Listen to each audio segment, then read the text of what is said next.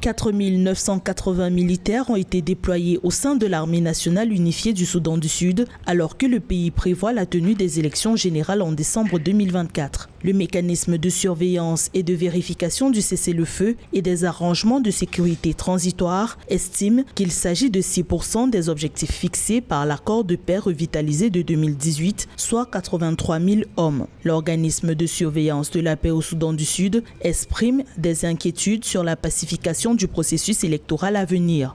Il est vrai que les accords signés entre les différents groupes ont essayé de calmer le jeu, mais il faut prendre la latitude de pouvoir sécuriser davantage les populations, sécuriser davantage le territoire national avant de passer aux élections. Parce que c'est quoi? Si l'on se précipite pour organiser des élections, alors que les conditions ne sont pas réunies, les mêmes causes produisant les mêmes effets 2 ou 3 ans après, le conflit peut se réveiller.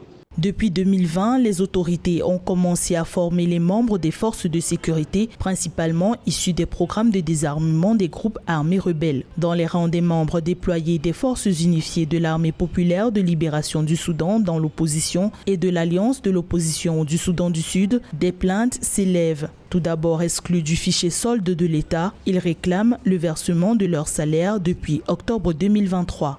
Il va sans dire que les uns et les autres pourront dire que ils sont de l'armée régulière parce qu'ils ont reçu une formation, etc., etc.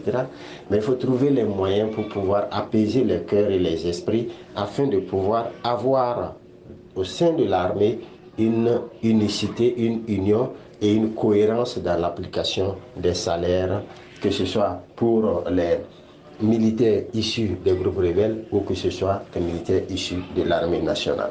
L'unification des forces armées du Soudan du Sud, prévue 8 mois après la signature de l'accord de paix de 2018, accuse un retard de 5 ans. Des élections libres et équitables nécessitent un nouveau cadre constitutionnel permanent, des détails sur l'inscription des électeurs, un plan de sécurité pour les élections relèvent les Nations Unies. Le gouvernement garantit que certaines de ces conditions seront remplies avant le vote.